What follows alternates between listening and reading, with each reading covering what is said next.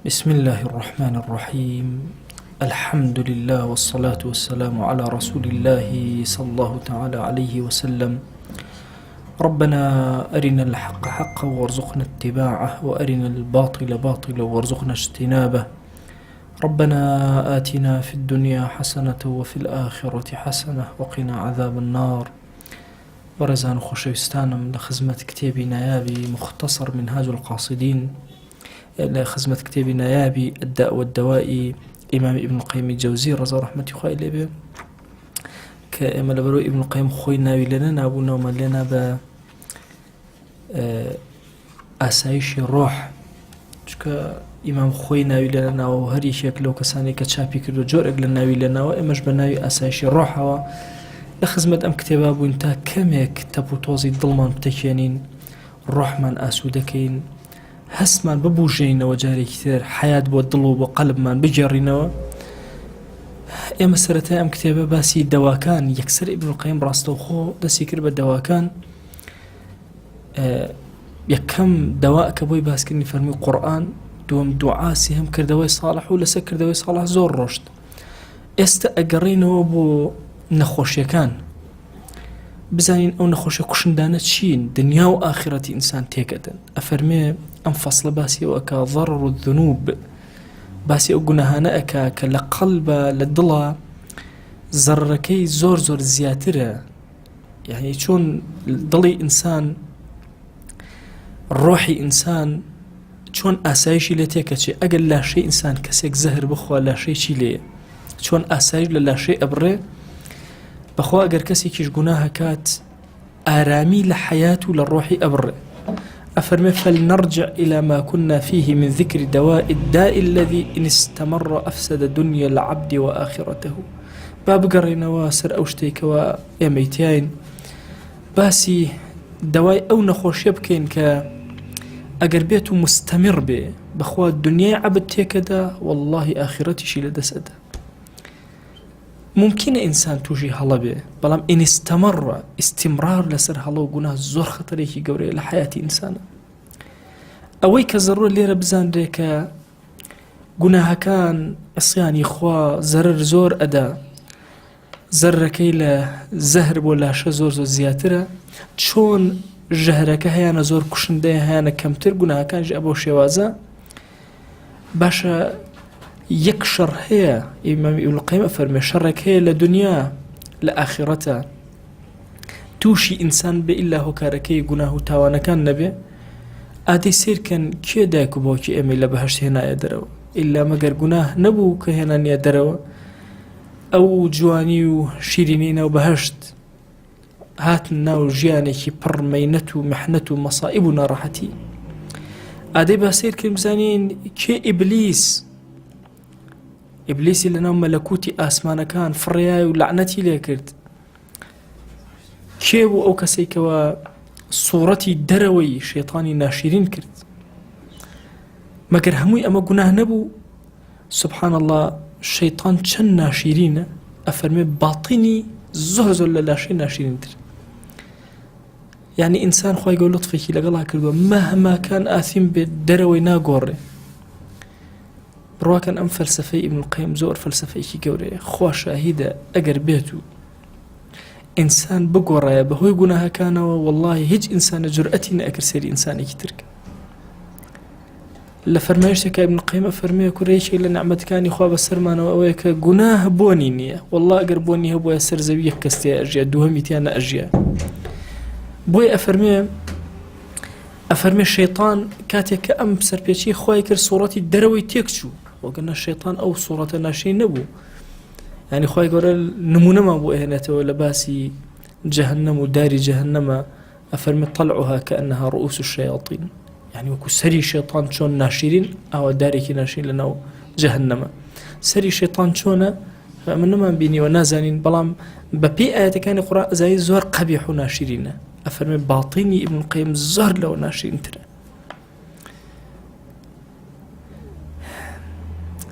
أفرمي الشيطان زور نزيق بو لخواه بلان بهوي قناها وزور دور كوتوا لنا ورحمتي خواه بهوي قناها وبر لعنتي خواه كوت. جوانیەکەی شەیطان بوو بە قوبح و ناشیرینی، بەهشتی جوانی لێبوو بە ئاگر، ئیمانی لێبوو بە کوفر، موالاتی خوای جەلە جەلالوه لە بری موالات اینجا دوژمنایەتی خوا لەگەڵ دەستی پێکرد، لە بری ئەوەی لەگەڵ تەسبیح و تەقدیس و تەهلیلە، لەگەڵ سوبحان اللهە تێکەڵ ببێ، ئەم جارە بەعکسەوە لەگەڵ کوفر و شرک و درۆ و کەذیب و زور و فحش و ئەمانە لە بری لیباسی ئیمان لیباسی کوفر و فسوقی لەبەرا کرا. ئەفەرمێ سوبحان الله بەهۆی گوناهەوە زۆر سووک بوو، لە پێش چاوی خوا کەوت بە شێوازێکی وە هەموو ئینسانەکان ڕقیان لێ ئەبێتەوە، غەزەبی خوا بەسەریا داباری، نزمی کردەوە. ئەفەرمێ زۆر تووڕەیی خوا بەسەریا داباری، هەتا وای لێ هات بوو بە پشتگیری فاسقەکان. ئەم اینجا خۆی بۆ خۆی وای لێ هات کەوە ڕازی بێت بەوەی کە قیادەی کوفر و خراپەکاری بکە. خوا بۆ خاتی گەورەی خۆی پەنامان بدە، زۆر ممکنە ئینسان مەهماکان ثابت بێ گەیشت بێتە ڕیزی مەلەک لە ڕێلا بدە، گوناه وای لێ بکە، زەلیل و سوک و ڕیسوای بکە. والله ئینسان زۆر طەبیعی جاری وایە ئەگاتە ڕیسی مەلەک والله یەتەوە خوارەوە زۆر بە سەریعی. بۆیە ئینسان هەمیشە سیر کات، سەیری شێطان کات تێ ئەگا، کاتێ ململانێ لە نەفسی خۆیان لەگەڵ شەیطانە ئەکا. زۆر جوان لە مەحاڵی ئەبێ کە شەیطان چۆن زەفەری پێ ئەهێنێ، کە شەیطان چۆن ئەیدا بە عەرزە لەمەتی ئەگا ئەگەر هات و پێی هەڵخلیسکە وردە وردەوەکو شەیطان. هەر کاتێ شەیطان بانگی کردی بۆ گوناهێک لا بکەرەوە جوان سەیری گوناهەکە بکە، لە بەردەم ئەم گوناهەیە سیر کە شەیطان خۆی بۆ خۆی چۆن ئاوا سووک بوو بەهۆی گوناهەوە، ئەی تۆ چۆن ئەتەوێ بە هەمان ڕێباز و ڕێگای ئەوە بڕێ. باش ئەهلی سەرزەوی لە زمانی نوح عەلەیهی سەلام هەر هەمویان نەخنکان لەبەر گوناه لەبەر تاوان، ئەی ئەو نەگەیشتە سەر کێوەکان و کێوەکانیشی دانەپۆشی. ئەی باشە بایەکی زۆر قایم قەومی عادی نەفەوتان سبحان الله هەمویانی لەسەر زەوی ڕاخست كأنهم أعجاز نخل خاوية، كأنما طبعا باڵایان زۆر بەرز بوو قومی عاد، يعني إرم ذات العماد التي لم يخلق مثلها في البلاد. سبحان الله خوای گەورە فەرمێ هاوێنە ئەوان دروست نەکردبوو، چۆن داری خورما ئەکەوێ ئەوە داری کەوتو. ئەمە هۆکاری چی بوو؟ يعني جسمێکی بتە و بەهێز، گوناه عصیان ئاوای لێکردن خستنە بەر غەزەبی رب العالمین. ماڵەکانیان، زەرعاتیان، ئاژەڵەکانیان هەمووی فەوتا بوون بە عیبرەت بۆ ئومەتەکانی تر. ئەی قەومی ثەمود سەیحەیەک و هاوارێک و نرکە و ناڵەیەک چۆن دڵی لەت کردن سبحان الله، تاکیان نەما هەمویان مردن بە یەک سەیحە و هاوار. طبعا ئینسان لە مەسەلەی سەیحە و هاوارە وەختی خۆی لە مناڵیە زۆر کات مناڵ لە بین یەکترە یاریانە کرد، یەکێکیان پخی ئەکرد لە ویتریان لە کاتێکی ناکاوە ئەترسە، ترسێکی وە هەندێک جار مناڵەکە زمانی ئەشک، هەندێک جار خەوی لێ نەئەکەوت دوایی. ئەمە چیە؟ سەوتێکی بچووک لە ئینسانێکەوە بۆ کەسێکی تر دەوەرە خوای گەورە شتێک بڕیار بدا کەسێ بە سەیحە فەوتێنێ، ئینسان تەحەمل ناکە. هەندێک بوو مەلەرزە دەنگی لەگەڵایە دەنگ، هەر بە دەنگەکەی خەڵکان هەموو زیێڕە ئەکەن و زنوقیان نەچێت. بۆیە ئینسان زۆر ئاگای لە گوناه بێت، زۆر ممکنە لە ئەسنای گوناهەکە کە ئیکەی سبحان الله لەو کاتە سەیحەیە لێت بە کۆتایی پێ بێت، ڕێحێکی سەرسەر و کۆتایی پێ بێن. ئەی قەومی لوط وەرە تۆ مەلائیکە ئەوەندەیان بەرز کردەوە کاتە سەگەکانیان ئەیان لوران مەلائیکە گوێ لە دەنگی سەگەکانیان بوو، اینجا بەعکسەوە هەڵی گێڕانەوە و بەردبارانیشی کردن. ئەمە هەموو هۆکارەکەی مەگە گوناه نەبوو. ئەی قەومی شوعەیب کاتێک پەڵە هەورێکی ڕەشی هێنایە سەرسەریان لە بری ئەوەی باران بارێ ئاگری داباران بەسەریان ئەو کۆتایی پێهێنا. دۆستێکم ماڵەکەی سوتا بوو، تەپەدۆر بوو، تەپەدۆر کەوتو بۆ خوارەوە بەسەریا. دوایی باسی ئەومانە کرد چۆن قەتەراتی ئەو ئینەیەتە خوارەوە، وەرە ئەگەر خوا غەزەب بگرێت لە قەومێک ئەوە قەتەرات لە بری باران ئەوە ئاگر بێتە خوارەوە بەسەر سەرتا. ئینسان بەرگەی چی ئەکرێ؟ قەومی فیرعەون مەگە غەرقی نەکردن بەهۆی تاوانەوە، هەموو ڕۆحیان بەرەو جەهەنەم، جەسەدیشیان لە دنیا بۆ غەرق بوون. یعنی سبحان الله قارون نەک خۆی ماڵەکەی ئەهلەکەی هەموو پێکەوچون بە ناخی عەرزە. سبحان الله سورة ياسين بصيحة كوتايان بيهات أصحاب ياسين كوتايان بيهات إنجا بني إسرائيل خوا قومك أولو بأس شديد ظالمك بو ناردن كواهرهم يعني قتلوا عام كرد پیاوەکانی هەموو کوشتن ئافرەت و مناڵەکانیشی هەموو کردنە عەبد ماڵەکانی سوتانن ئەموالی هەموو بردن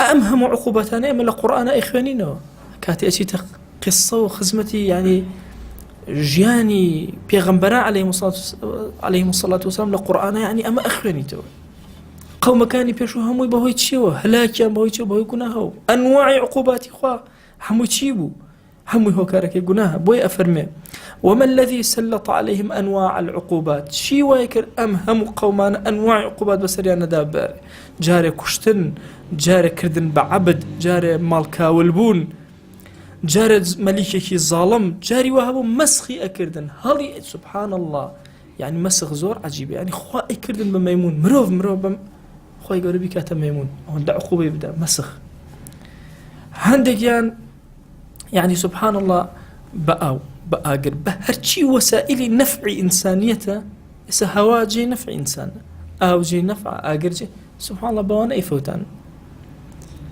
أفرمي وإذ تأذن ربك ليبعثن عليهم إلى يوم القيامة من يسومهم سوء العذاب حتى هالروج قيامة خواهي قوري إذني ذاك هر بين كسيك بسري أنا زال أبي عقوبة بخراب تنجر عقوبة أن أدا إمام أحمد ومن أجرته لفرما اشتكاك أفرمي كاتي قبروس فتح كرا فرق بين أهلها فبكى بعضهم إلى بعض أفرمي كاتي جيا كرانوا دسيان كربا قريان لو كاتا أفرمي أبا الدرداء بنيش لها ولاني بيغمريان صلى الله عليه وسلم عبد الرحمن كور الجبير كور النفير ومن أجرته أفرمي بينين بتاقي تنادارش وأقريا على وتماي أبا الدرداء كور لم رجاء مسر كوتما بدا سيانا وتوبو أقري فرموي ويحك يا جبير هاوار بوتو أي جبير ما أهون الخلق على الله إذا أضاعوا أمره والله إنسان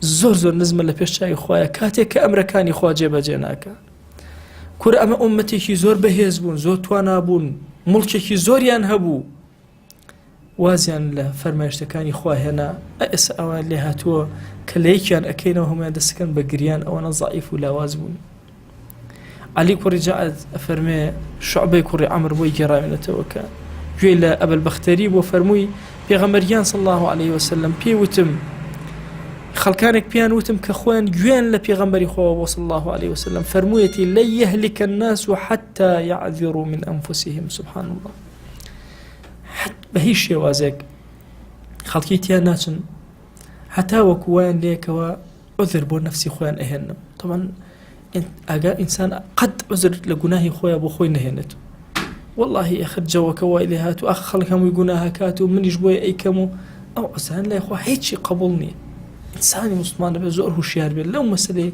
جناه تاوان عصيانات تيانا كيوه والله جاري وهي أو أنا عذر بو خوتيني تو خوت أو أكي بيدوايا كور إن شاء الله خو عفو مكادي أو جناه دوام سيهم شوارم بينجم كاتك أزاني خو بهلاك تأبا أكد توبة نكيتو نقريتو سلمة فرمي جون لبيغمبر جانبو صلى الله عليه وسلم فرموي هر قومك بأشكرا جنايان كر إذا ظهرت المعاصي في أمتي عمهم الله بعذاب من عنده هر كاتك قومك وقالك من بأشكرا جنايان كرت خو عقوبي هرهم ياند أسيوتو السير كان وتصور بك جناه هر أوي والله بلي ولا كسك أولا سرجاد زناءك أيتر أو جناه فعنا والله درو خيانتي بازار غيبت كن مو مجاهرة بقولنا غيبت مجاهرة نية بقولنا يا تصوره هر هم من فرم مجالس من زور مجال شانازي شي بيوكن كغيبت يكتركين أجر خلتي كي شابه غيبت نكا إلا عمهم الله بعذاب خوا أو عذابي كيد أم عصيانة أو ما دام بأشكر أكره هر هم من توشك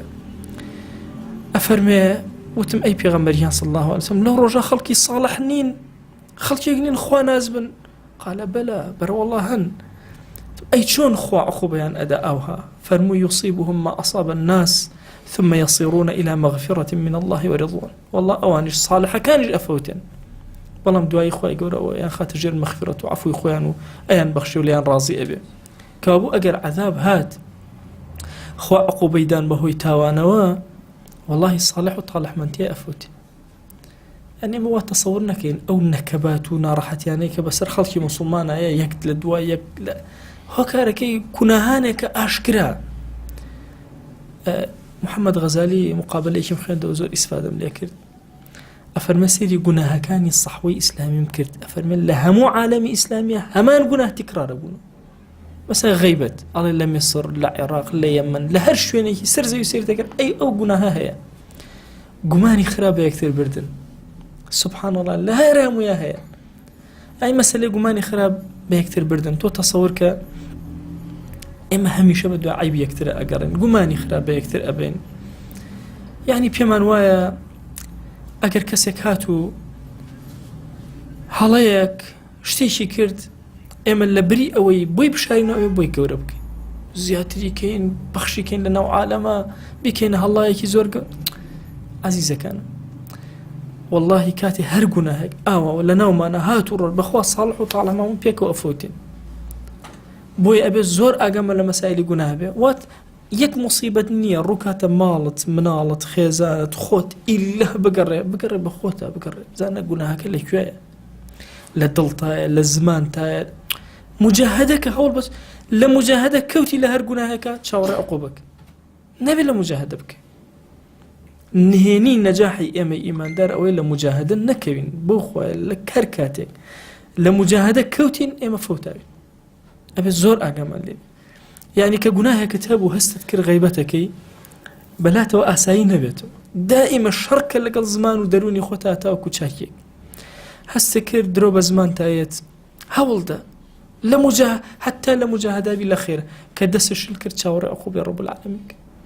طبیعیە گەنجێک خۆی پێ ناگیرە نەظەرەکە، بەڵام هەمیشە سەرکۆنەی خۆی ئەکاتەوە، شەرمەندەی بەردەم ڕەب العالەمینە کە نەظەرێکی کردووە، بێ ئەدەبێکی کردووە. حتى وەکو لەم حاڵی مجاهدا بێ لە خێرە کە طبیعی وێەوە بەلایەوە زۆر ئاسایی و سێرێکی گوێنە بە چاوەڕێ عقوبەی ڕەب العالەمین کە هەر جۆرێک بێ لە جۆرەکانی عقوبەت. زۆر کات ئینسانیش تووشی عقوبانێک ئەبێ لە عەینی عەمەلەکەی خۆی، الجەزاء من جنس العمل. والله جاری وایە ئینسان نەزەری زۆر ئەکا، خوا چێژ لە خێزانی حەڵاڵی خۆی هەڵەگرێ، دوای چێژ لە خێزانی ناکە، چێژ لە هاوسەری ناکە ئافرەتێک. بۆیە ئەبێ زۆر ئاگامان لە گوناهەکان بێ و زۆر بە وریایی تەعاموی لەگەڵاکە. بەردەوام گەلەکان لەژێر ڕەحمەتی دەستی پەروەردگارە و لەژێر سەتری خۆیان هەتا وەکو بێت و قوڕائەکانیان مڕاعاتی ئەمیرەکانیان نەکەن. اینجا صالحەکانیان نێن تەسکیە خراپەکان کەن، بە خراپەکان بڵێن باشن باشن، هەتا وەکو خراپەکان ئیهانە بە چاکان نەکەن. ئەگەر هاتوو ئەمانەیان کرد ئەفەرمێ سبحان الله، خۆی گەورە ئەو دەستی شایانە بەخۆی لەسەریان لا ئەبا، هەرچی جەبەروتی دنیا بەسەریانە کۆ ئەبێتەوە، ئەنواعی عەزاب. اینجا فەقیری ڕۆیان تێ ئەکا، بێناز و نیعمەت ئەکەو. فەرمایشتێکە ثەوبان بۆمان ئەگێڕێتەوە، پێغەمبەریان صلی الله عليه وسلم ئەفەرمێ ڕزقی عەبدێک جاری وایە ئاوایە بۆ عەبدەکە خەریکە ئەگاتە لا عەبدەک. إن الرجل لا يحرم الرزق، خەریکە ئەگاتە لای محروم ئەبێ لە ڕزقەکەی، بالذنب يصيبه، بەهۆی گوناهێکەوە کە ئیک گوناهەکە وای لێ ئەکا محروم ئەبێ لە ڕزقەکەشی بۆ نایە. ئەیتر خۆ وشەی ڕزق زۆر گەورەیە. والله لەوە ئەچێت یەک گوناهوا لێ کات چێژی ساڵێکی نوێژە بەرێ، چکەوە چێژی نوێژە ڕزقە. جاری وایە گوناهێک وا لێ ئەکا ئیتر تۆ نوێژی بەیانی ناتوانێ هەڵسی، جاری گوناهێک وا لێ ئەکا شەو نوێژ لێ قەدەغە ئەکە، گوناهێک وا لێ ئەکا لە خوا دوورە خاتەوە، گوناهێک وا لێ ئەکا ئیتر تۆ ناتوانێ ویترکەی، گوناهێکی تر وا لێ ئەکا بەخوا ناتوانی دەمی ئەم قورئانە بکەیتەوە. والله عەزیزانم، خۆم لە فەقیهەتی هەندێک جار شتێک ئەهات بە دڵما، ئەموو باشە تەنها خوێنی قورئان چییە؟ کەی گرنگ لەبەرکردنی قورئان چییە؟ خۆ شریتێکم قورئانی تێ. سبحان الله، حاڵەتێک هاتە پێشەوە بۆم هەرچی هەوڵم ئەدا نەمەتوانێت قورئان ختم بکەم. قورئانم ئەزانی بڕواکەن لەوە ئەچێ 100 جار لە ئەوڵی قورئانەوە دەستم پێکردی ویسبەتم ختمێ بکەم نەمەتوانی. زۆر کات تانیوە ئەڕۆشتم چارێکێک ئەڕۆشتم 10 جوز ئەڕۆشتم سبحان الله شتێک هاتە پێشەوە کە من نەتوانم ئەو ختمە تەواو زۆر هەوڵمە هیچ یعنی هۆکارێکیشم نەئەبینی هەتا وەکو تەوبەم کرد لەو نەزەرە خراپەی کە هەم بوو بەرامبەر بەو قورئانە عەظیمە کە پێم وابوو لە سنگا بێ هیچ نییە والله چون هینێکی قورئانم کڕی تەختەیەکی قورئان لەسەری دام ئەنا هەموو جارێ لە نوێژەکانە لە گوندی وێنە بووم ئەو کاتە مەلاوم ئەم خوێن والله کە خوایە کەم جا لطفی لەگەڵا کردم لە وڵاتیە کە قورئانم تەواو کرد ختم کرد تقریبا حوالی بڵێم 5 ساڵ من خەریب و نەمتوانی ختمێ بکەم إلا ڕێگرێگە هاتە پێشەوە سبحان الله نەمەتوانی والله تەسەور ناکەن ئەو خۆشیە کە هەم بوو يعني ئەگەر هەموو سەرزەوی بە تاپۆ بدرێ بە من بەقەدر ئەو ختمی قورئان پێم خۆش نەبوو کە مەحروم بووم لێ قورئانم ئەزانی دەرسی قورئانم ئەوتەوە بەڵام ختمی قورئان ئەبەت چونکە ئەوە هۆکارێک بوو بێئەدەبیەک بوو لە ناخەوە بۆم دروست بوو بەرامبەر بە قورئان کە پێم وابوو ئەم قورئانە لە سنگی مرۆڤ بێ لە سنگان نەبێت چییە کە پێغەمبەریان صلی الله عليه وسلم فەرمێ إن من إجلال الله تعالى بەشێکە لە بە گەورە خوا يعني خوا بە گەورە بزانی إكرام حامل القرآن ڕێزی ئەو کەسە بگری کە قورئانی هەڵگرتووە لە سنگە جا تۆ تەسەور کە خەیاڵاتێک ئەوە عقوبەت بدا لەوەی کە مەحرومەکە لە قورئان ئەی گوناهی ترە بێت چی لێ بکە و چۆن دوورە خاتەوە لە کەلامی خوا جل جلاله بۆیە جاری وا هەیە ختمی قورئان ڕزقە خوا پێداوی هەموو ڕۆژێ ئەتوانی 3 جزئی قورئانی خۆتە خوێنی 4 خوێنی 5 خوێنی جزئێک ئەخوێنی على الأقل نيو جزء ئەخوێنی ذكري شەوت هەیە لە قورئانە ذكری ڕۆژت هەیە لە قورئانە محرومە بیلی وهي گوناهێکەوە بۆیە ئینسان ئەبێ زۆر ئاگای لێبێ بەڕاستی گوناهەکان کارێکی پێ نەکەن بیفوتێن پێغەمبەریان صلی الله عليه وسلم ڕۆژێ لە خزمەت ئەصحابە دانیشت بوو فەرمووی ئەترسم هەموو گەلان ئاوە کۆبنەوە لە دەورتان چۆن کۆمەڵە کەسی برسی قەسعەیە خواردن دائنێن و هەموو پەلاماری ئەدەن بێنە پێشاوی خۆتان 10 کەسی برسی قەسعەیەکی گەورە سینێکی گەورە خواردن دانرابێ لە بەردەمیانە چۆن نانەخۆن و پەلامار ئەدەن ئەفەرمێ نزیکە يوشك أن تتداعى عليكم الأمم من كل أفق نزيك لهم لايكوا دجمنان هيرشتان بوبينن كما تتداعى الأكلة على قصعتها شون كسب خوركان بلا ماريشي أدن قصع إخواننا كان أدن أصحاب زور لمشتان أترسان بو يكسر برسياريان أكر بو يخلك بدوزنو قلنا يا رسول الله صلى الله عليه وآله وسلم أمن قلة منا يومئذ أو رجاء ما كمن بويا أو بلا مرمان أدن فرمي أنتم يومئذ كثير أو رجاء والزور زورا ولكنكم غثاء كغثاء السيل بلام وكو كفي سدر يا أوهان تنزع المهابة من قلوب عدوكم دجمن يكزر لتنا ترسي للضلية ترسي ونامنه ويجعل في قلوبكم الوهن وهن أشياء الضلية قالوا وما الوهن أي بيغمبريان صلى الله عليه وسلم وهن شيء فرموا يحب الحياة وكراهية الموت خوشويستي الدنيا رقبون لمردن يعني بس خوشويستي الدنيا لدلا ما قناه هيك وهم ليبكى دجمنان أو ظالم بسرم وتصور كي يعني توك قناه أكي أمتي بيغمبري خواه صلى الله عليه وسلم يك بازنية وتصور مكا كقناه أكي بتاقي تنها والله شون ام اگر جيشك بين هومان بيكوا ايش كان من بو توزيع كرابه كسي كم ترخميك للطرف خويا هرج دشمن له هرج بينه شن غناه بارد والله امي پیغمبريان صلى الله عليه وسلم هم او هاي والله كاتك غناها كي شويني خوته شغل كردو بو الشيطان هرج بينه بو امته وي بلا ربكات ام امته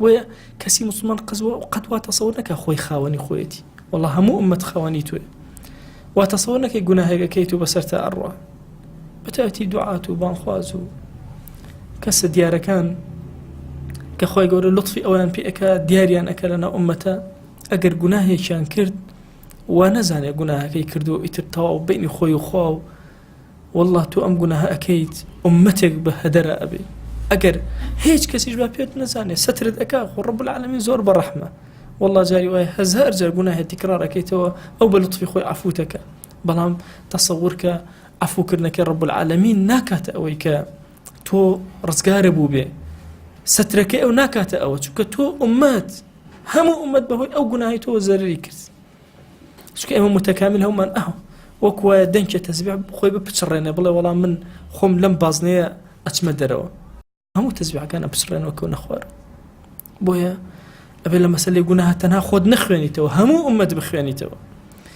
پێغەمبەرێکیان صلی الله عليه وسلم ئەفەرمێ کاتێک کە معراجم کرد، قەومێکم بینی نینۆگەکانیان لە مز بوو، دەم و چاو و سنگی خۆیان پێ ئەڕنی. وتم ئەی جوبرائیل ئەمانە کێن؟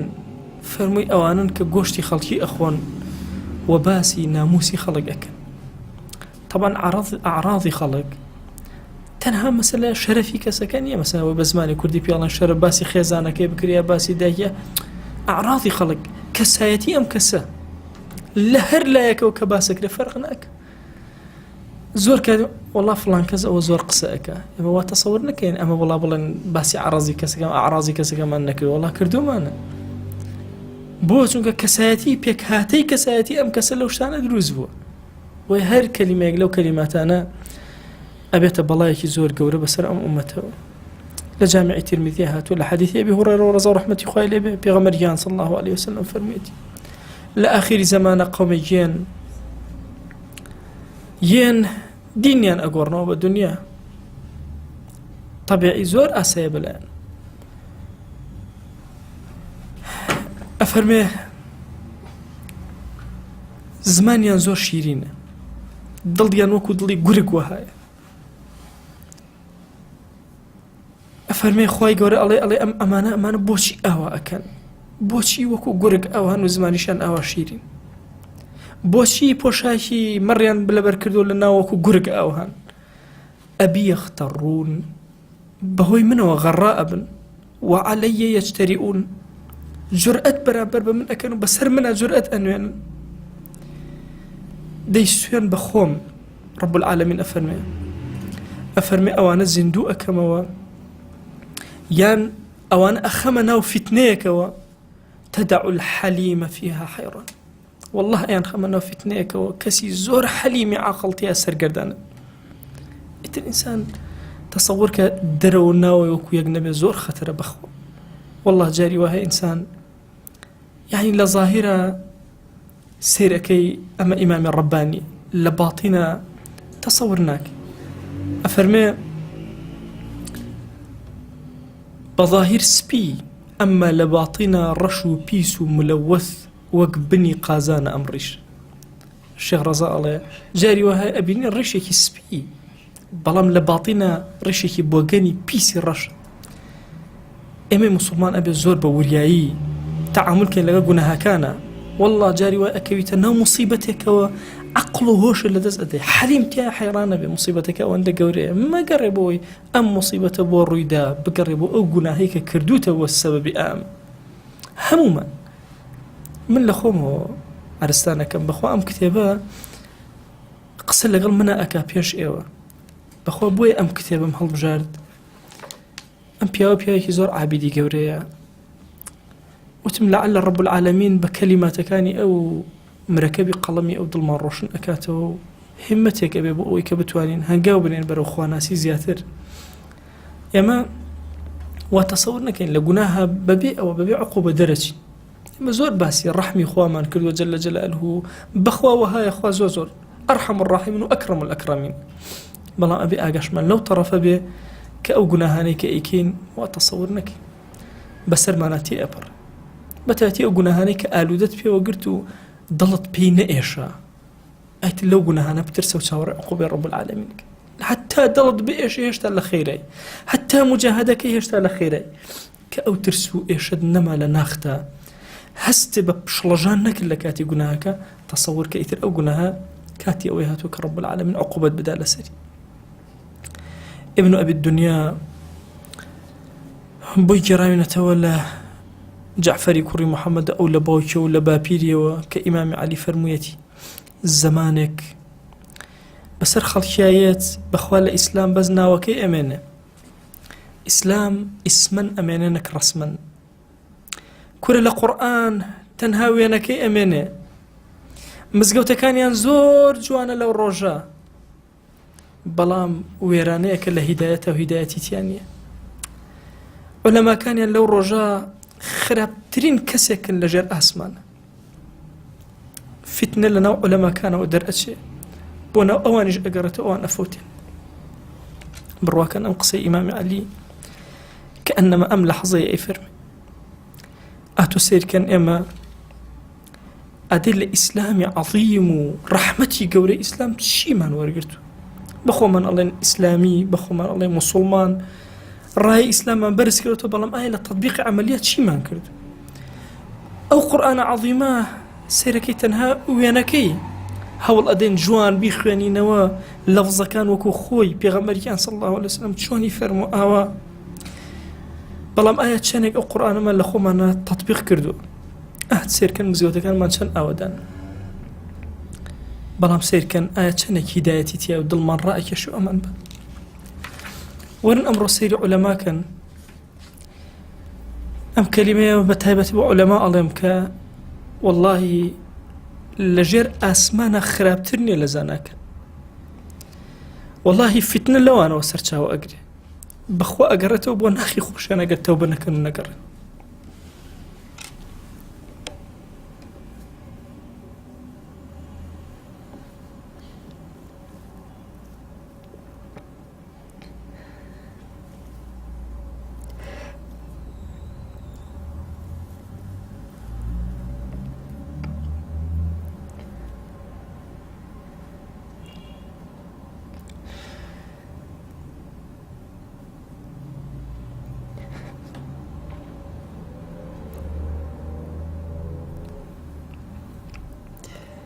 خۆی بۆ خاتری گەورەی خۆت عەفو بکەی رب العالمین.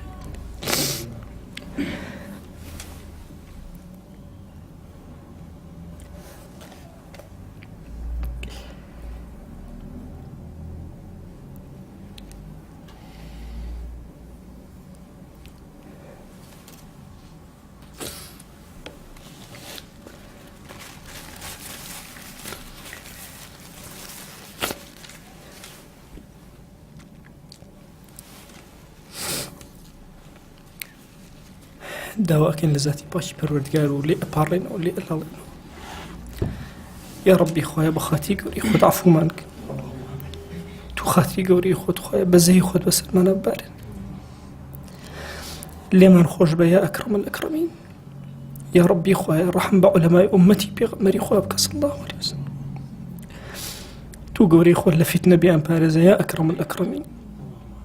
یا ڕەبی خۆیە داوا لێ ئەکەین ئەو گوناهانەی کە بە ئاشکرا کردومان و شەرممان لە تۆ نەکردو، خۆیە عەفومان کە یا رب العالمین.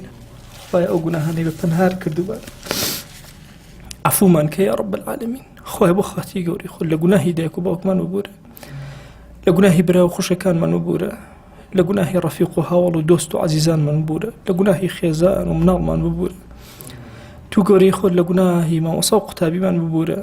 یا ربی خۆیە داوا لێ ئەکەین بە ناوی جوانت بە صیفەتی بەرزە بە ئیسمی عەظەمت، خۆیە عەفومان کە بۆ خاتینەوە جوانەکانی خۆت.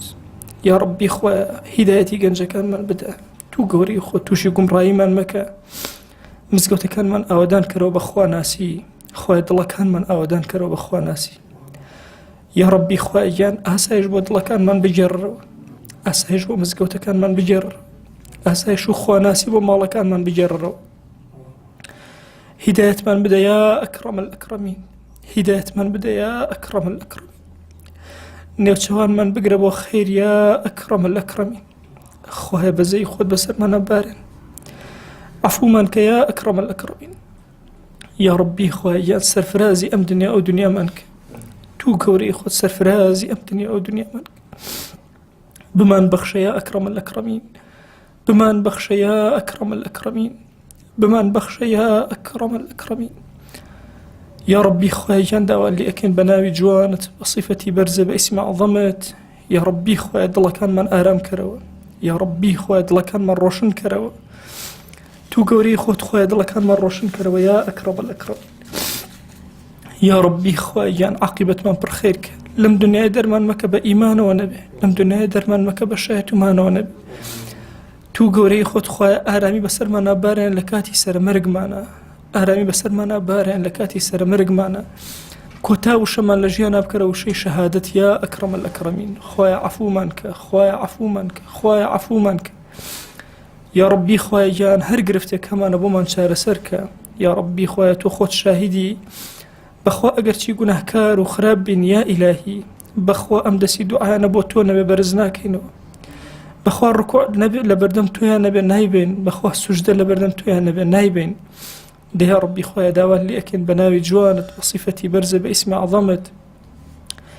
خۆی هەر کەم و کوڕێکمان هەیە لە ژیانە بۆمان چارەسەرکە، ئەومان بێ حاڵ و ماڵە ماڵداریکە، ئەومان بێ مناڵە مناڵی پێ عەتاکە، ئەومان بە مناڵە مناڵی ساڵحکە، ئەومان کەم ڕزقی حەڵاڵی زیادکە، ئەومان پەروەردگارە داوات لێ ئەکەین ڕزقی سوارە ڕزقی حەڵاڵی زیادکە پەروەردگارە، ئەومان ڕزقی زیاترە پەروەردگارە داوات لێ ئەکەین سەخاوت لە دڵیا دروستکە.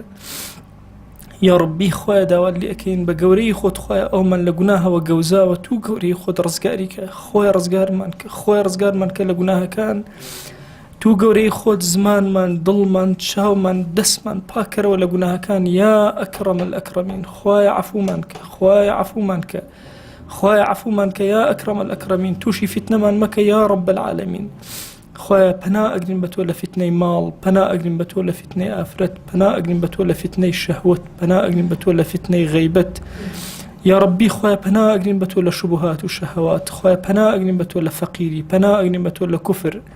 تو گەورەی خۆت ئەوەندە حەڵالمان پێ بدەرێ یا ربی خۆی ئەوەندە حەڵالمان پێ عەتا کە محتاجی حەرام نەبین یا ئەکرەم الئەکرەمین. یا ربی خۆی ئەمە زمانمان کولە لە دوعایە، هەر چاکەیە پێغەمبەریان صلی الله عليه وآله وسلم داوای لێ کردو ئێمەش داوات لێ ئەکەین. هەر خراپەیە ئەو خۆشەویستەمان پەنای پێگرتووی خۆی ئەمەش پەنات پێئەگرین و پەنامان بدە. یا ربی خۆیە داوات لێ ئەکەین عەفومان کە، تو گەورەی خۆت بەزەی و کەڕەمی خۆت بەسەرمانە ببارێنە، لێمان خۆش بە یا ئەکرەم الئەکرەمین.